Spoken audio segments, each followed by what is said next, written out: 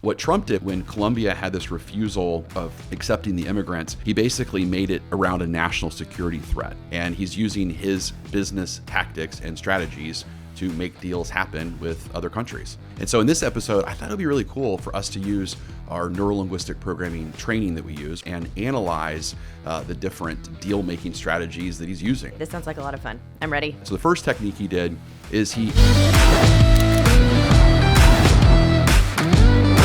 Hi, and welcome to the Jason Forrest Show. I'm with my wife, Mary Forrest, and today we are talking about how President Donald Trump used NLP persuasion techniques, specifically 4 of them, on how he closed a deal with Colombia to make sure that those illegal immigrants are going back to Colombia. We're going to break down exactly what he did, and we're going to point out 4 specific techniques that you yourself, as a salesperson, entrepreneur, a leader, can leverage to get your deals done in your life.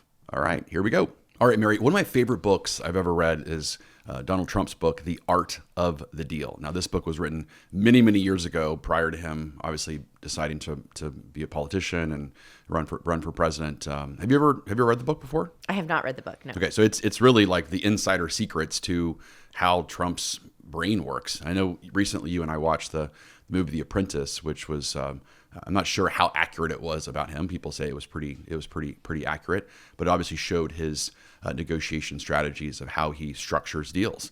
And so in this episode, I thought it would be really cool for us to use our Neuro-Linguistic Programming training that we use, our persuasion techniques, and analyze the different deal-making strategies that he's using. I mean, this is kind of an interesting concept because we have I guess the second time in history, we have this businessman who is now the president of the United States and obviously the largest, most successful country on the planet, and he's using his business tactics and strategies to make deals happen with other countries. And so I thought we should use that. We should figure out what he's doing and then teach everyone how to apply those techniques to close more deals for themselves. Okay, this sounds like a lot of fun. I'm ready. I think so. So kind of going through certain ones that I was reading about. So the first one, of course, is how he was negotiating with Colombia, and so obviously this is a big thing, right? Because we have all these illegal immigrants here in the United States from Colombia, and so he's trying to negotiate with the president of Colombia on getting these people back to Colombia. And of course, at first, what happened? They said yes, then they said no, yeah. I believe. Yeah, they weren't really for it, and so Trump decided to use his art of a deal tactics, his NLP tactics, his warrior selling tactics, in order to get the deal done. And so now Colombia is basically conceded, and they struck a deal on how to make it work. And so let's kind of break down basically what he did. So the first technique he did that I wrote down is anchoring. And so anchoring is a very, very strong NLP technique. We have several lessons that we cover. Sometimes people think Jason's kind of obsessed with the idea of anchoring. Sometimes I get a lot of pushback on another lesson on anchoring. I'm like, I don't think you understand how like strong and powerful this technique is. And so what he did is he basically set a high staked reference point, right? So based on my notes here, he threatened a 25% tariff on all Colombian imports with a potential increase of 50% within a week. And so by Trump doing this, he basically created like a high stake anchor. So he basically threatened them by doing that, which is an interesting strategy because he was saying, look, if you don't take this deal, it's going to go from 25% to 50%. And so immediately he created even a bigger anchoring technique. And so, from an anchoring perspective that I want to talk about is, again, there's so many different kind of anchors that we can use, but this one specifically is around how to create a high-priced anchor for our customers. And so let's talk about that when it comes to salespeople and how to use anchoring techniques to close more deals. Well, I remember the first time that I was taught price anchoring without using the term price anchoring, without knowing what it was. And that's when I was in fundraising. I mean, even there, I always joke that fundraising is sales, but you don't give them anything except for like a warm fuzzy that they gave money. And I remember, sitting in the call center at like 19 years old, and they said, okay, when you call somebody, when they answer the phone, you're going to have a conversation with them, and then you're going to ask them for a $50,000 donation. And like the whole room went silent. We're like, we're going to ask them for what? A $50,000 donation? And they're like, yeah, just over the phone, just first ask $50,000. But the psychology of that is that now later on when they're giving $150, it doesn't feel like anything compared to the $50,000 that was the first ask that came in. So it's interesting, more than just sales uses this technique. Yeah, exactly right. So what would be, so if you think about, so that was a great example when it comes to fundraising, because again, the anchor was, we're going to going for this high ask. And they're going to think that's outlandish. Mm-hmm. And then you're going to basically swoop in and go, okay, well, don't worry about that. Here's another offer that you can make, right? So another technique would be, obviously in sales, if someone says something very similar to that, right? So they would say, okay, we can start today. You can start today with this annual contract of $50,000. So it's going to cost you $50,000 over an annualized basis. Or if that doesn't work for you, then we can start today with a month-to-month contract at $5,000.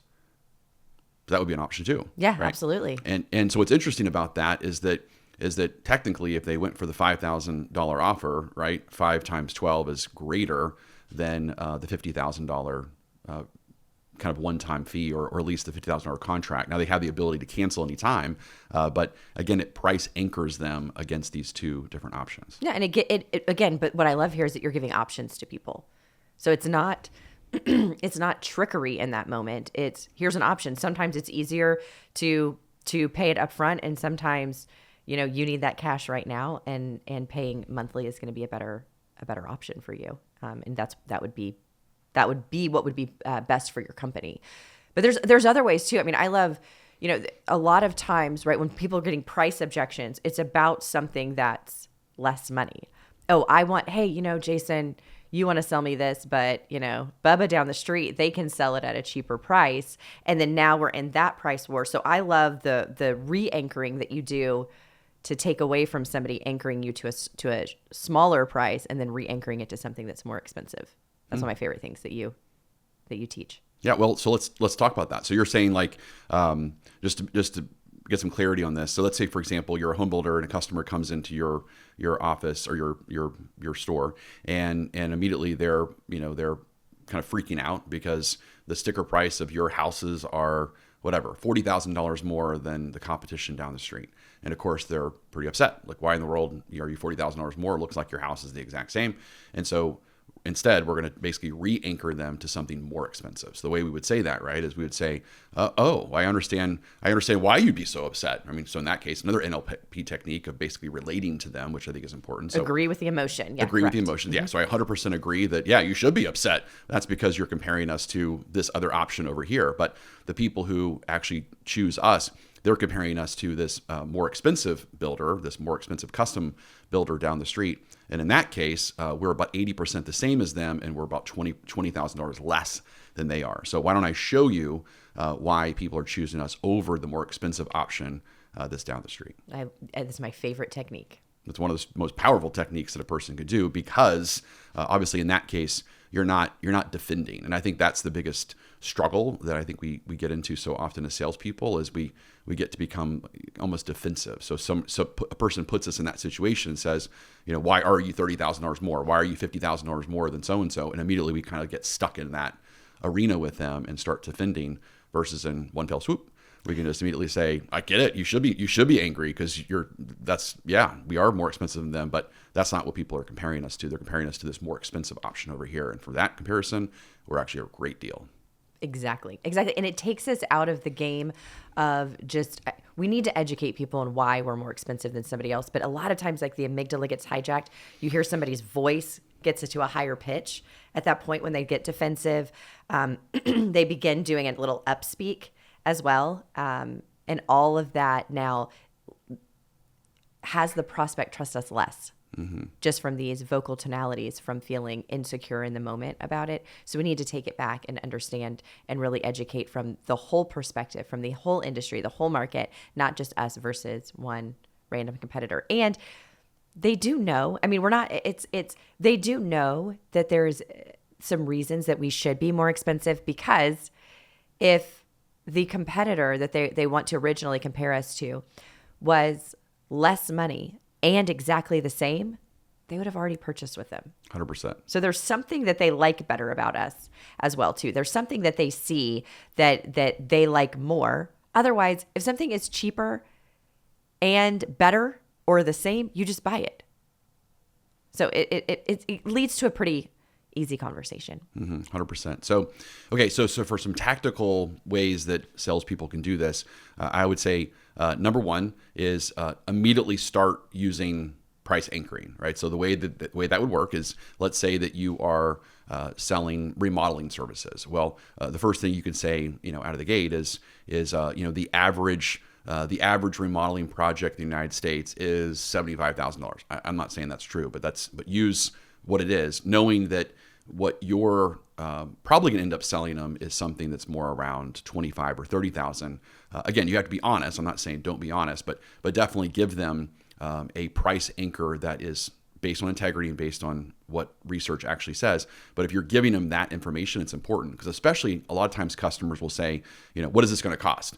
Well, immediately if you go in with some sort of low number of what the lowest price that you could basically charge them, again, you're kind of dead in the water. Like, you're going to have to kind of sell up from there. But instead, if you immediately say, well, the average remodeling cost in America for a bathroom or for a kitchen is $75,000.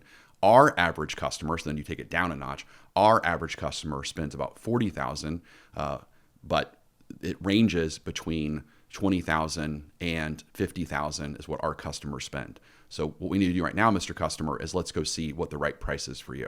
But by doing that strategy, again, I'm using a high priced anchor based on national average. And again, it has to be legit. You cannot be lying here. It has to be integrity. And then of course you're giving them a high price anchor based on what your customers spend. And then you're taking it all the way down that shows there is options on the low price side and the high price side. And that's the best way to control that conversation. Yes, I absolutely love this one.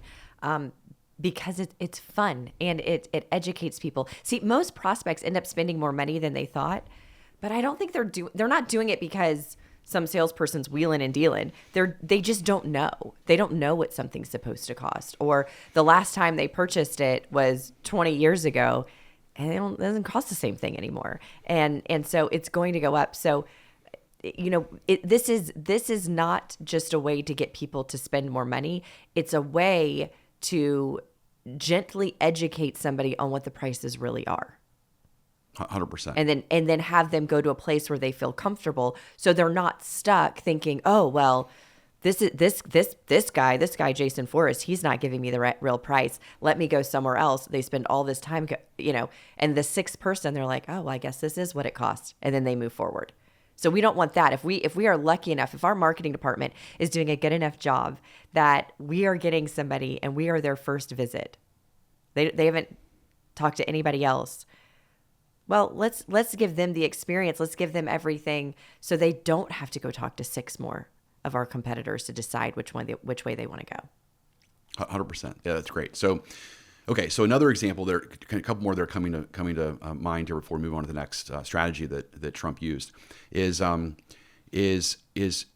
think it's important for you to do some research on what are in your product line, in your service line, what's something that you can compare yourself to that would increase your notability, would increase your value. So again, like in the case of the home builder that compare their production home builder and they compare themselves to a more expensive custom builder, but again, they're 80% the same, but they're 20% less, right? So that would be an example of that. But you could do the same thing with things that have nothing to do with it. So you could do, like, for example, that same home builder could compare themselves to the comparison of, let's take a Rolls Royce versus a BMW.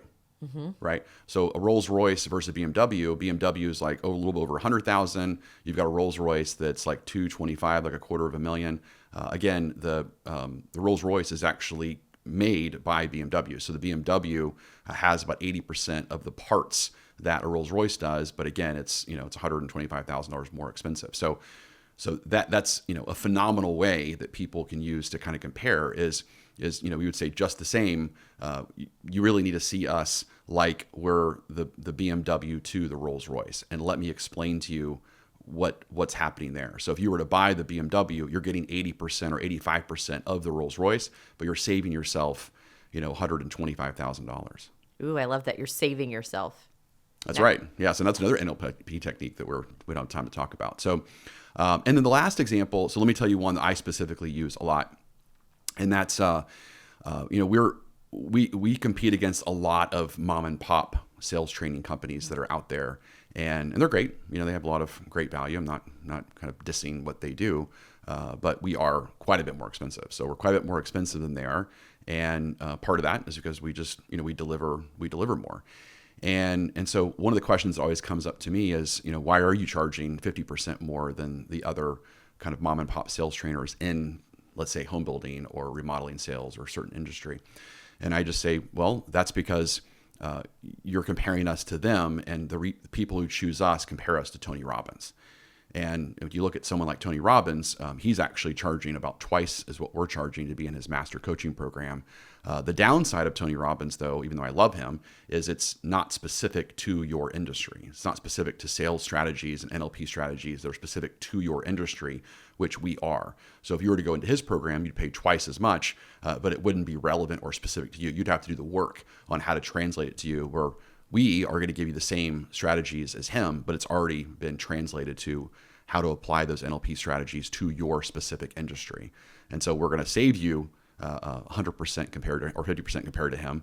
But that's why we're 50% more than the competition in this mom and pop industry you're referring to. Boom. So that's a strategy I use a lot. And people are like, oh, okay, makes sense. And they have no problem signing the contract because they know that we're better, right? It's not that they're not, again, if they didn't think that we were better or feel that we were better, they wouldn't even have brought the point up. So they know that. They're like, can you kind of justify this or explain this? Because I could see you're a bigger company. You obviously look fancier. You have more going on. I get it. Our program, Leadership Sales Coaching, is ranked number 1 in the world for sales management training. Our sales training program is ranked number 3 in the world. And I just got ranked number 1 in the world, which is pretty awesome, for Sales Gurus by Global Gurus in 2025.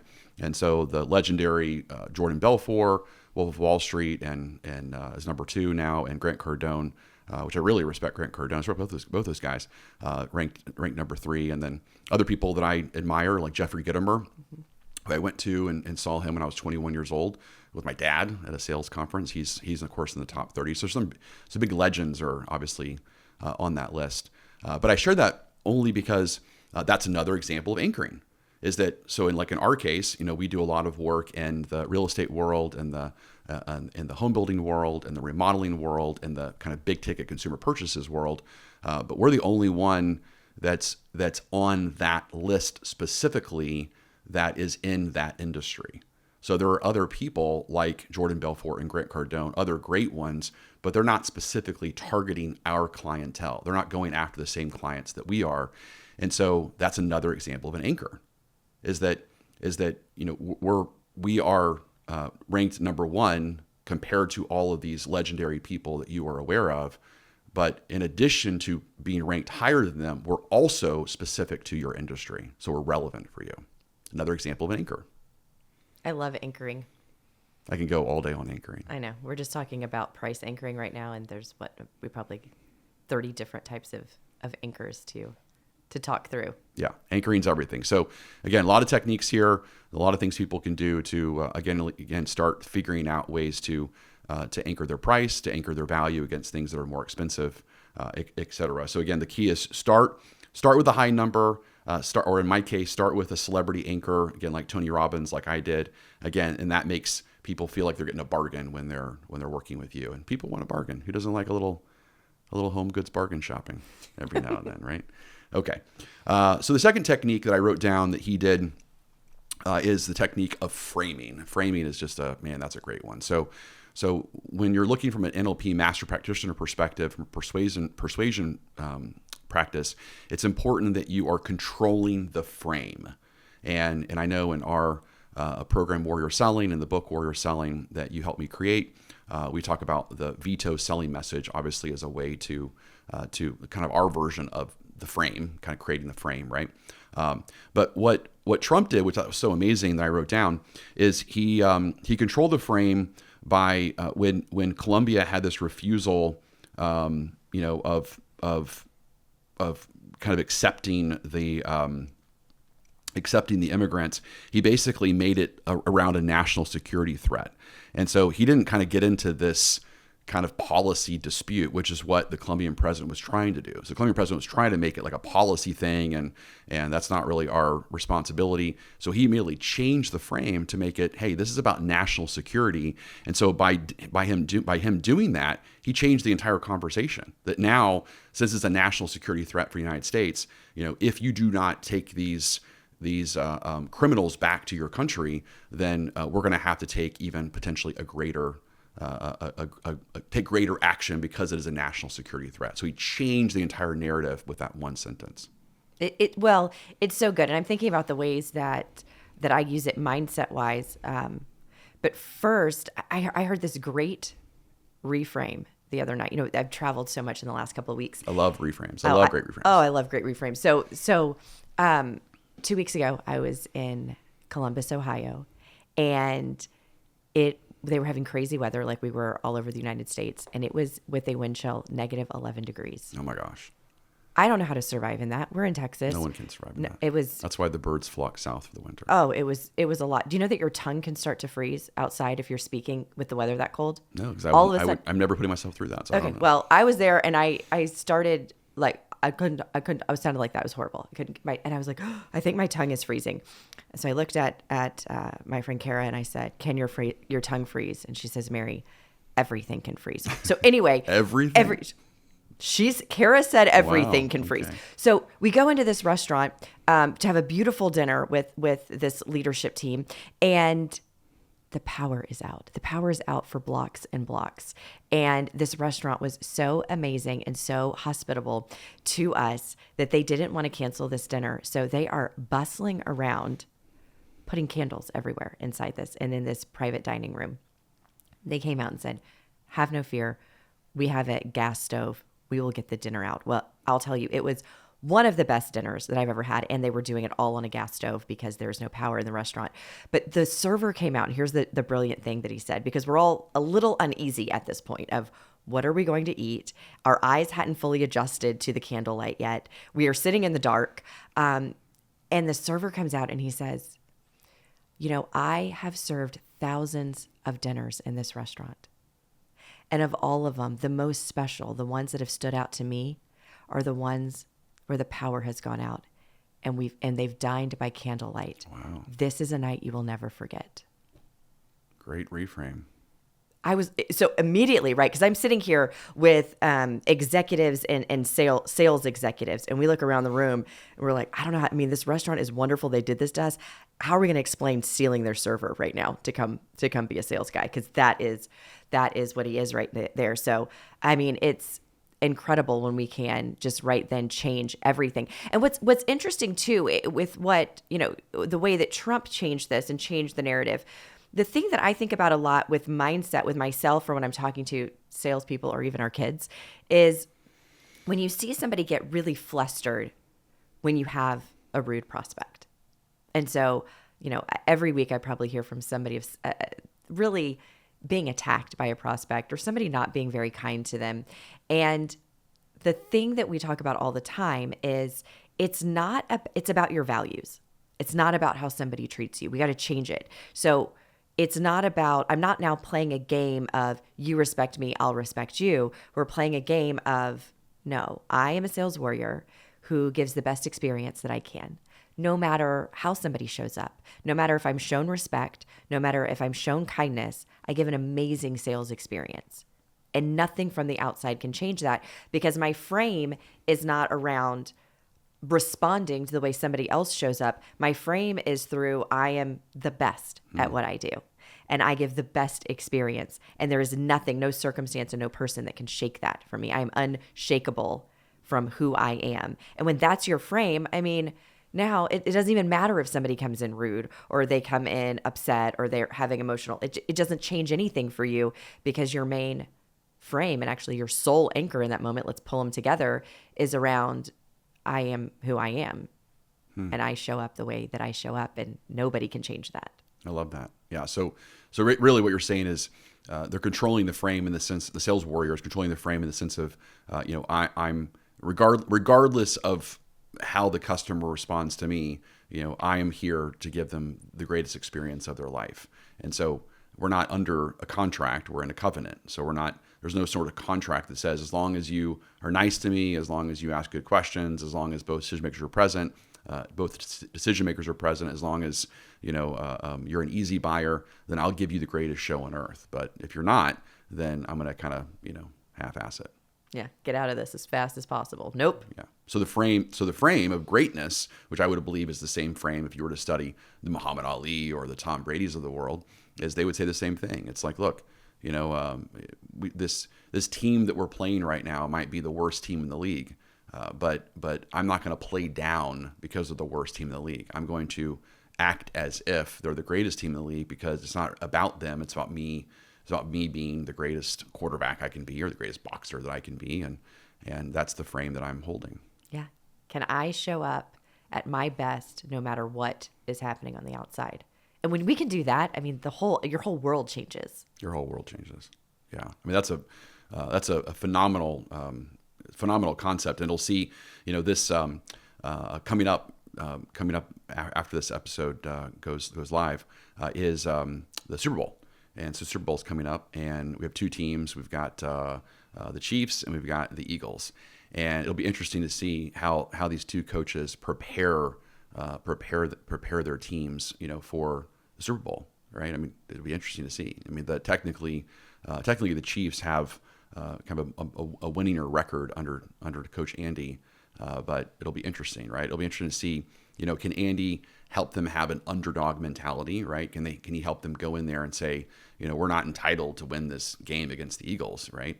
At the same time, can the Eagles coach help them rise up to the standard and not be intimidated by the situation that they're really in? So, I mean, that'll be an interesting case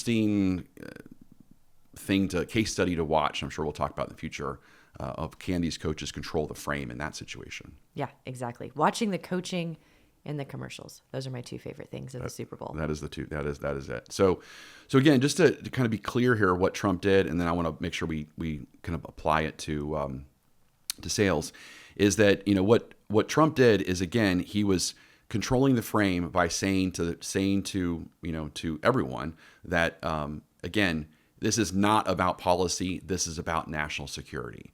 And so when we think about, that for working with salespeople, it's, doing the same thing. So for example, let's say, for example, I'm just throwing out some ideas. So let's say I'm, again, selling sales training, right? And so I wouldn't say something like, this is just another expense, or this is just another way to give your people some tools. I'm not going to say that. Instead, what I'm going to say is, this is your conviction that proves to your salespeople that they matter, and that when you invest in them, you're saying through your pocketbook that you believe in them and that you believe salespeople make a difference. If you don't invest, then you're also saying that you don't believe they make a difference. I absolutely love it. And it reminds me of how many times I've heard you say the opposite of that. If you're giving huge discounts, what you're telling your sales team is, I don't believe that you can sell this at full price. I mean, think about the change in frame that is. Every time you give discounts, you're telling your sales team you don't believe in them. You don't believe that they can do it. So this is the flip of that. 100%. And we've seen sales managers do that. We've seen sales managers, they'll have a weekly sales meeting, and that'll be their grand crescendo. And again, it's sales team. You're not going to believe, I worked really hard and I convinced the boss, to give you an extra $15,000 off blank this week. And so it's limited time, and go push that. Now, again, if you were to put that through like Google Translator on what did the sales manager really said, he said, hey, you're not going to believe this. I convinced the boss that you suck as a salesperson. You're the worst salesperson on the planet. And so because of that, we got to discount what we're selling by $15,000, and so that you can sell because you suck. I mean, that's basically the translation on the Google Translator right there. It's so bad. So whenever I start with a new client, I say, okay, I want you to mark my words. There will be a day. I tell the leaders this. There will be a day where someone on your sales team is going to come to you and say, can I sell it at a higher price? Will you raise the price for me? I can sell this higher. We are giving this away for the value that it has. I said, so just wait, it's going to happen. But I'm not going to tell them we're going to increase their efficacy in what they're selling. We're going to increase their selling skills. We're going to increase their language skills. And then they're going to love and believe in what you're doing so much, they're going to come and ask for a price increase. That's and that's a phenomenal frame. That's a phenomenal frame. It's also future pacing, which we'll talk about as well. But you're future pacing what's going to happen when you move forward. Obviously, move forward with us, right? So again, the technique here that we need to be thinking about is again, think about the number one objections or struggles that your prospects have with what you're offering, and figure out how to change the frame, right? So again, it's stop looking at it like this and instead start looking at it like this. And that's the key to that, right? So for example, let's say you're selling a CRM, right? And you've said several times on this show that the CRM is the STD of business. And so we understand a lot of salespeople. Thanks for bringing that back. A lot of salespeople don't like STDs or CRMs. And so, however, that's actually a really good control the frame. I mean, if you were courageous enough, you could actually say that to a customer, and you could say, look, I totally get it. You've been in sales now for 20 years, and most CRMs have a reputation of being the STD for CRMs. However, that's why we created X CRM, and this CRM is not something that your salespeople are going to avoid or even be embarrassed that they're using or embarrassed that they're a part of. But instead, they're going to be proud because every time they put their username and password into this CRM, they're going to see it as dollar signs. They're going to see it as an opportunity to make more money, and that's what our CRM is all about. Control the frame. Yeah, it's a controlled frame. That's a huge jump. I think putting their username and password in and being neutral would be a great place to be. So, but the proud, I would love to have that, but I mean, neutrality, that can be great too. Yeah. Did you also like how I connected the STD to something they're embarrassed about? Oh, I got it. I didn't get that at first. That was a little metaphor there too. So now they get to be proud of their STDs. Now that's not that. It's a CRM, totally different. Okay.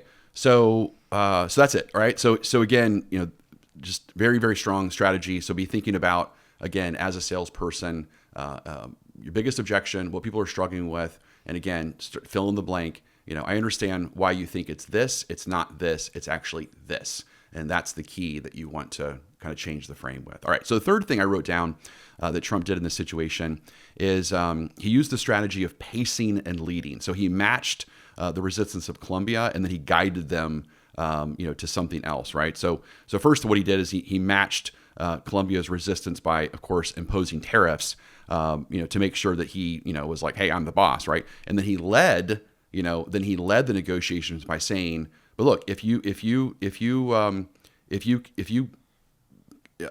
come into agreement of taking back these illegal immigrants, then I will pause the sanctions if you are in agreement, right? And so, of course, by doing that, he guided Colombia to basically surrender, so to speak, right? And so that's an interesting concept, is this idea of pacing and leading. So again, the strategy here that I want to talk about is we need to mirror the customer's concerns, right? So we need to mirror this in negotiation, and whatever negotiation is, we need to mirror their concerns, which of course gets us in rapport. So now we're both on the same page. So again, what Trump did is, look, I understand your concerns by the tariffs, right? I totally get that. So I understand your concerns by the tariffs. If you don't want tariffs, this is what I need you to do instead. So then he led them to a more beneficial solution. So let's talk about that. Let's talk about that. What a great concept that obviously salespeople can do. Agreeing with the emotions that your prospect has, agreeing if it makes sense. If you do agree with their concerns, you can agree with their concerns. I mean, yeah, that is a concern. So here's the way that we're going to fix that. It's a great handling objection process as well. Yeah. So in that case, you could say, yeah, I totally agree that you're frustrated. You should be frustrated. You should be maybe not even frustrated. You should be actually angry or irate. So in order to fix this, or here's another option, here's something else that we can basically do, right? So that would be an example of, I'm agreeing with you, I'm matching, I'm getting in rapport that, just like he did, hey, I understand that this tariff thing is not what you want. I get it. It's going to totally cripple your country. And I understand that you don't want that. So here's an alternative solution, which of course, that's what he was going for to begin with, right? So he wasn't looking for the tariffs. He was looking to get the illegal immigrants out of the country. Yeah. So if it's let's take an objection or an observation of a small yard situation for a new home of, you're right. This does have a smaller yard space. And so here's the solutions are, we have a smaller home footprint and we put your primary bedroom suite on the second floor. Or you keep it this way and you utilize the park down the street. Perfect. More. So I'm agreeing, I'm matching you, and then I'm leading you with different directions you could go with it.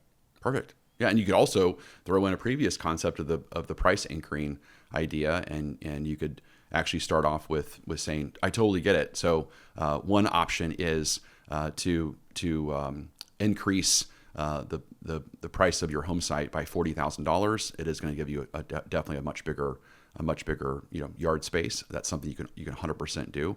And then you would take your strategies as well. So you could take a price anchoring strategy, knowing that they can't afford the extra $40,000. There's no way they're going to spend that. So instead, it's giving them alternative solutions that they're probably going to go with. Exactly. Yeah. So those are great. So again, I mean, the reason why this works is because the prospect has to feel heard, right? They have to feel that that we're on the same page, we're in rapport with them, with kind of what's really going on.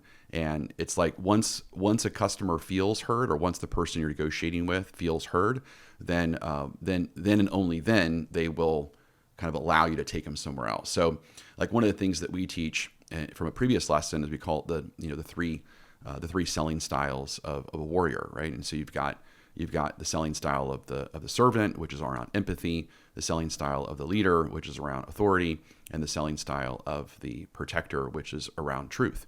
And I know you and I both came up with a concept one time that, that not necessarily this is that you have to go in this order, but sometimes the best order is to go in the order of servant, leader, and then protector, which is the acronym of EAT. Which is kind of like the kids these days are like, I ate that and left no crumbs, right? So it's kind of the same thing as that. Our kids are I can't wait for them to watch this, yeah. Right?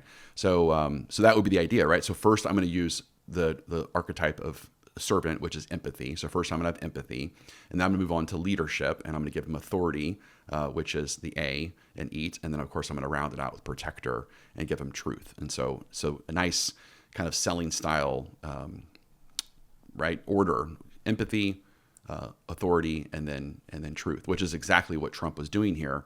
I get it. Yeah, I get it. You don't want the tariffs. I totally understand. That's gonna, I'm empathizing with you. I understand that. So let me lead you to offering another solution, which is take the immigrants back. Damn it. Right. I didn't say that part, but that was ad-libbed. Yeah. So cool. Okay. So next thing. The fourth thing that I wrote down that I thought he did really, really a great job on, and want to talk about that with you, is, of course, the use of authority. Now, he, of course, leveraged his expertise and his power. I mean, he is the leader of the most powerful country in the world. And so he used that in the sense of his presidential authority, in the sense that he has executive power, and he can obviously just, with his pen, right? He can obviously create a lot of kind of damage and a lot of leverage, which I think is pretty cool. I know there was a famous previous politician or president that said, maybe it was Winston Churchill, or I'm not sure, I'm gonna get it messed up, that there's way more power in the pen than the sword. I'm totally gonna mess up. Yeah. Anyway, and you should Google that. Yeah, it was someone. So, but that's what he's basically saying. And so, he's basically saying, look, I don't need to go to war with you. I'm just going to use my pen to create even more power and influence. Pretty cool. Yeah. Well, and I think so much, we have to remember that authority is a good thing. See, right now, I think sometimes there are things that are getting twisted, that authority is a bad thing, right? And you're seeing this around different areas of life, even, with gentle parenting. And then we're seeing where that ends up. And it's not good, right? It's not good. Authority, when handled really beautifully, is a very strong thing. It gives certainty. It gives direction. It gives comfort. It gives safety. So we need to have authority. Authority is not a bad thing. We just have to do it correctly. And so I think that's a demonstration. But if somebody is adverse immediately to authority at all, that really hurts you as a salesperson, because they are only talking to you because you're the expert. You're supposed to help them understand things that they don't know yet. Mm-hmm. And if you will not stand in that space of, I am the expert, I am the authority here, and you're more like, I get it. There's so many great options. Whatever you choose is just going to be great. It's like when you go to the restaurant and you're like, what's the best thing on the menu? Everything we have here is equally delicious. Number one pet peeve. I mean, it's not helpful. It's completely not helpful. Because I, as a consumer, really am just asking this question just to have small talk with you of like, what do you recommend? It's all great. That's not, why would I ask? I'm not looking for that as the response. Well, and my dad is asking because he really is going to choose whatever you say is the best thing on the menu. Right. And so when you're like, it's all equally good, it's so unhelpful. It is so unhelpful. No, have some authority. You have been in this restaurant many more times than I have. So please give me your expertise here on the direction that I should go. And we do that all the time. Hey, we're looking at both salads. Which one's better? And they're, oh, definitely do this one. Great. Done. Right. So that's the same thing when they're showing up to us as a salesperson, and we will not take a stand on what's great for them. Every time, and I had this week too, where somebody said, look, Mary, I have somebody right now and they're really struggling between which of our communities in this area are they going to purchase in? Are they going to purchase in blank community or blank community? All within several miles of each other. And my first question is, sales warrior, where do you believe they should live? Mm-hmm. What's best for them? Have you shared that with them? Why is that the best option for them? And if you don't know, and sometimes we don't know, we need to do more discovery and more asking. But then once we know, that's your job. Your job is to know what's best for them before they do. And if you don't know it, you're not asking very good questions, or you're not standing in that really positive authority for someone. Yeah, that's awesome. So so again, back to those three selling styles. This is the A in the EAT model, right?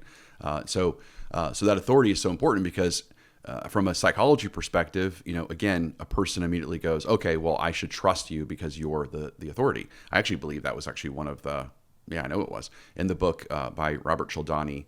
He talks about these different laws of influence and these different persuasion strategies, and authority is one of those laws, which is exactly right. So people, when they feel like you're the expert of something, then again, they're just more likely to trust you. And so there's several ways that you can do that. So obviously, if you're a business, then figure out a way to become number one. So again, like in our case, we the Global Gurus ranks us number one. That's not something that we paid for, so we did not pay for that ranking. It was just an anonymous thing that allowed us to get this. It was phenomenal that we were able to get this. But there are other things that people can pay for. I mean, so there's a lot of paid media out there that people can do, and of course the consumer doesn't really know that. So Correct. If you want to go pay to be on the Inc. 5000 fastest growing list, you can do that, and then you can start talking about how you're one of the fastest growing companies in America, and specifically you can narrow it down. You can look on that list and say, oh, well, we're, a CRM company, we're a modeling company, we're a home building company. And technically, even though we're ranked 4,999 on the Inc. 5000, we're actually in the top 10 fastest roofing companies in America. Right. So you could actually spin it like that or reframe it that you're not going to tell people that you're 4,999 on the list. You're going to say, well, actually, if you actually look at everyone, all the roofers, there's only 10 of us, or we're 10 of us even on the list. And so we're in the top 10 of that. That would be Correct. A way to use authority. Right.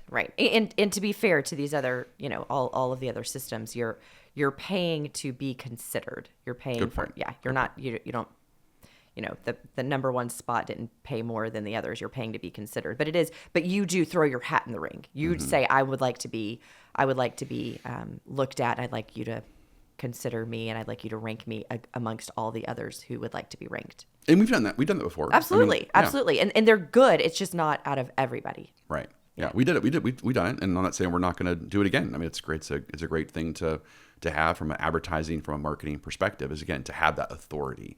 And again, you want to put that authority in several places. You want to put it on your website. You want to put it on email blast. You want to put it on brochures. So definitely having that authority and having that kind of ranking is obviously huge. That's important.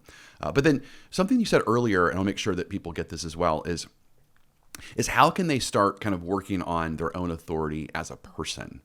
And so, for example, like I'm going to take you through, you know what, we'll go back and forth on this, but this is an actual drill that salespeople and entrepreneurs can use right now to start to kind of elevate their authority. Are you ready? Okay. Okay. So we should go back and forth. Same question. We're just doing a dyad. Is that what we're doing? Okay. Yeah, real fast. So 3 times each. So tell me why you're an authority in your field. Because I have a record of success for over 20 years. Perfect. Thank you. Tell me why you're an authority in your field.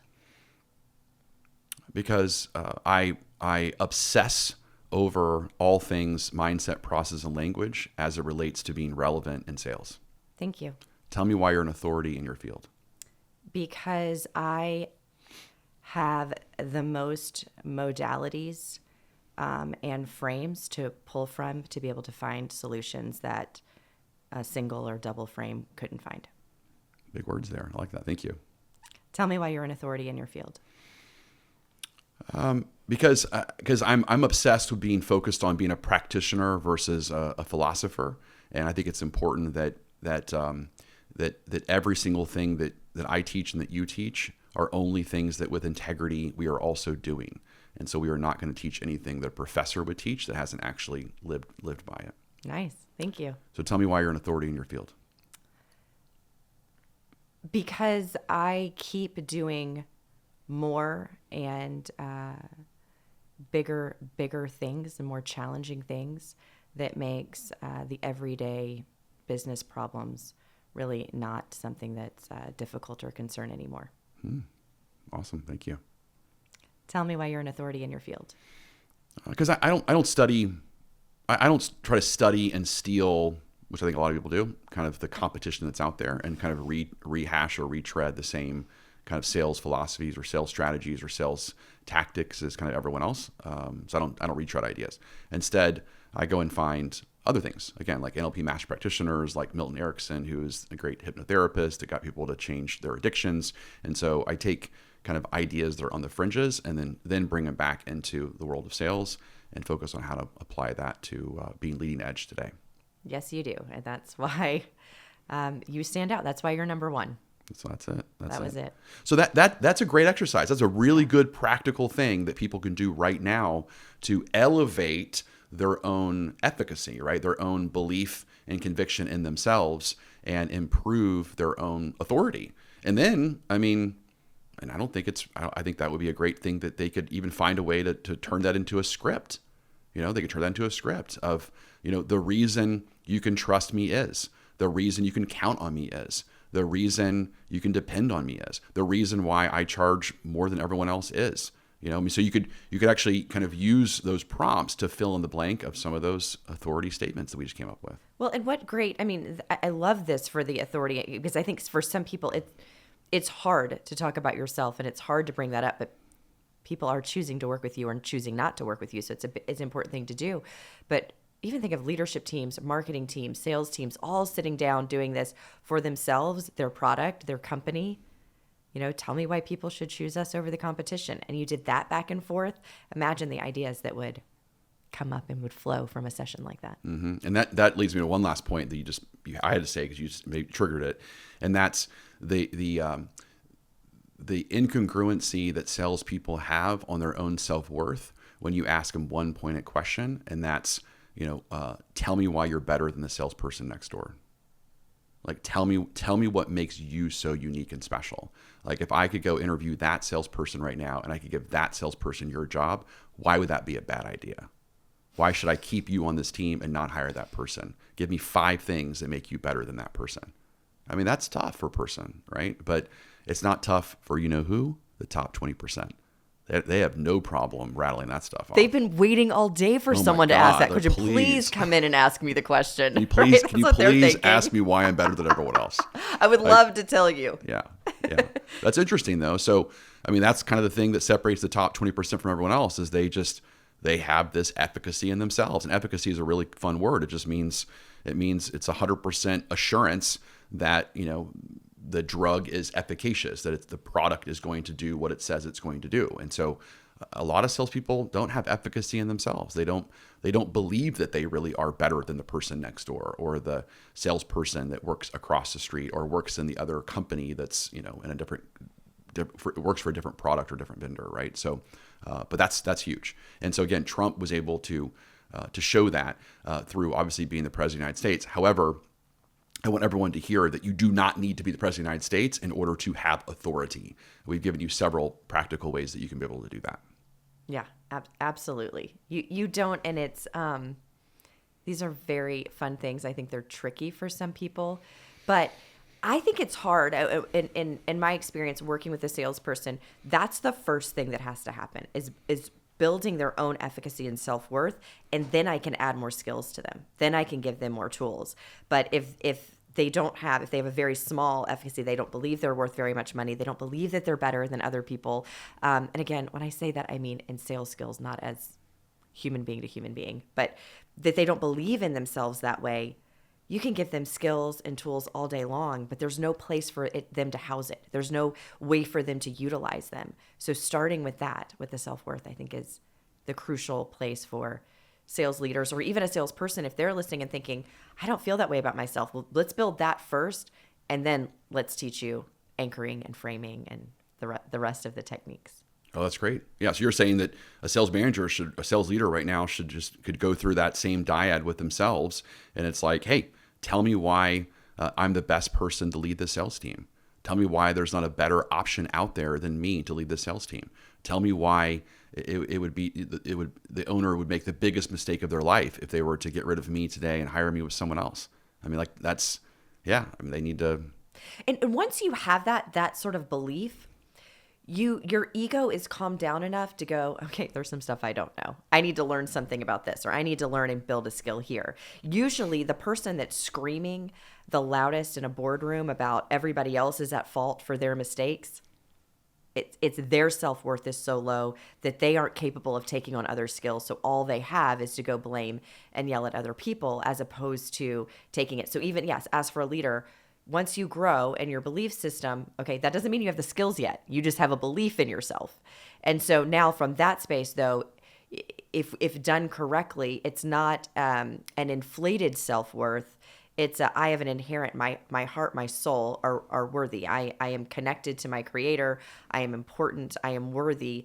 And because of that, I'm intelligent enough to be able to learn new skills to now grow in my skill set. And to be okay saying, hey, here's something I don't know about much yet, or I don't have expertise in this area that I need to go and learn in and can grow. That's amazing. That's amazing. So, okay. So several things that again, just kind of summarize here what Trump did. 4 things we talked about. So number 1 is anchoring. And again, that was this idea of we got to set the right price and the value expectations, and we got to kind of raise the anchor. So again, we're comparing ourselves to something even greater. Again, controlling the frame, which again, Trump was a master at here, and everyone else can be too easily. You got to control the frame. And then 3rd was that pacing and leading, which is extremely important. You got to have empathy with them and be on the same page with them with what their concerns are, and then you want to lead them to an alternative solution that benefits you and them. And then, of course, the last thing he did was use authority, right? So use his presidential authority, but of course, everyone could do that, and we could figure out how to make that happen as well. So again, so many great techniques that he used in order to get this deal done. I mean, he is the master. It's the art of the deal for Trump, right? Which is pretty cool. That the largest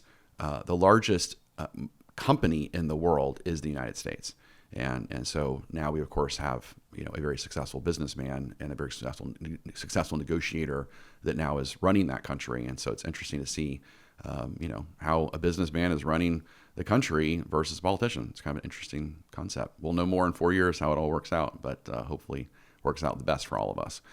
So with that, one of my favorite leaders that's out there is actually Nick Saban.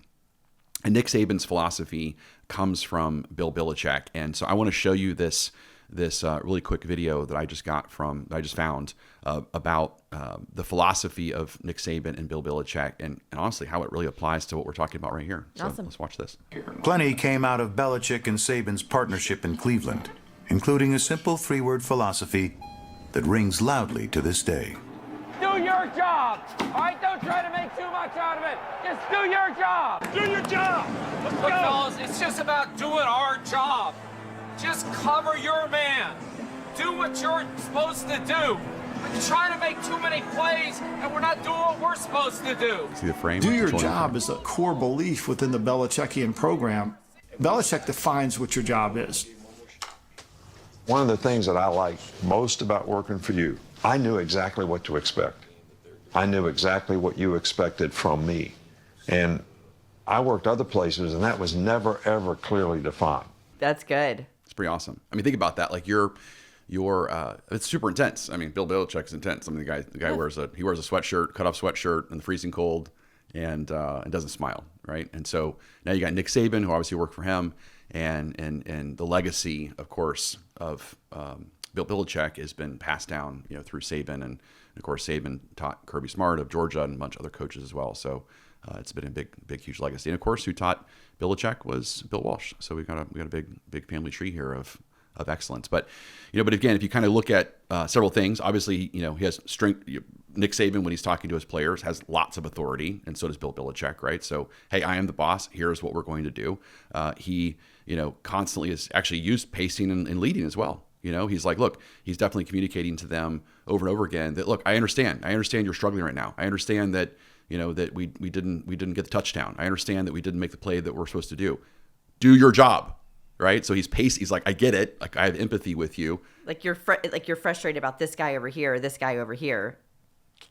Yeah. Clear the mechanism. Yeah. And do your job. Yeah. Do the job. Right. So like the reason why we're failing right now is you're not doing your job. Right. So he's like, I get it. I get your problem. So I'm going to kind of pace you, and I'm going to lead you in this communication style of saying, I get your, do your job. Obviously framing was perfect on controlling the frame of, let's don't worry about the score. Let's don't worry about what quarter it is. Let's don't worry about how many seconds we have left in the game. Do your job, right? He's controlling the frame of like, do your job, be present, focus on the moment, and what's basically going to happen. Now, I didn't see any anchoring in that, but I liked at the end though when they said also of he determines what your job is. You don't determine what your job is. And I think that, if we just absorbed that as salespeople. Say that again. Say that line again. So the coach tells you what your job is. They determine your job. You don't determine what your job is. So there's no confusion there either, because I think one of thinking, well, no, I do need to step in and help with this department, or I do need to step in, or you need to worry about these other people. No, not your job. Not your job. Do your job. And if you're unclear about what your job, ask your coach what your job is. Is my job to spend time worrying about what the executives in the company are doing? Is it my job to worry about what our new product launch will be? No, none of that's your job, salesperson. None of it. Your job is to go sell. And if we put all of our energy into that one place, we could explode with that success versus letting our mind race and get all over the place worrying about other people's jobs. Mm-hmm. Yeah. So tactical things to think about here are, number one, as an owner of a company, as a sales leader of a company, as a sales manager of a company, that right now people need to write out what is the job, right? What is we would call it a warrior contract, right? So at FPG, we call it a warrior contract. That's one of the things that we teach in our sales leadership mastery course, is how to create warrior contracts. But right now, people they need to write out what is the job description of a salesperson. And it's not a job description that you would see in ChatGPT. It's very tangible, specific behaviors that if the salesperson followed these behaviors, the score should take care of itself. That's the do your job concept, correct? Yes, correct. Yeah. And I think the mistake a lot of times we make is it's too high chunk based on what you would see, again, from an HR job description. And if you really need to kind of hand it to that salesperson and say, do you understand what this is asking? Because your entire livelihood is going to be based upon doing your job. And if the salesperson, that it's like, let's say is an 8th grade reading level, if they go, yeah, I totally get it. You're saying I need to do these things every single day, 10 hours a day, and I'm going to be successful. And that's the kind of level of job description we're talking about here. It has to be that specific, meaning that if they're not succeeding as a leader, you got to be able to go to them and say, you're not succeeding. And the salesperson's going to say, yeah, but look at all the things I'm doing everything on my job description here. And then you as a leader have to be able to surrender and go, oh yeah, you're right. So it's either A, you didn't create a clear enough job description or warrior contract what they're supposed to do, or B, they're obviously not following it, or C, it is clear and that's what they're supposed to be doing, but you need to up level it. You need to raise your standard. Yeah. So I got that just reminds me, I got a really great compliment this last week. I know. I didn't even tell you about it. It wasn't from me. It wasn't from you. I know. So I don't do my against me.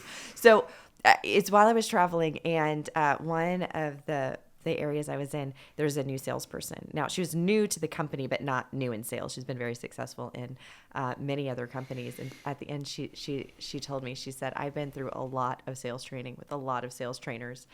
And she said, every one of them always tells me what to do, to make follow-up calls, to leave voicemails, to gain rapport, to get people to trust you. She goes, but until today, I never realized that nobody told me how to do it.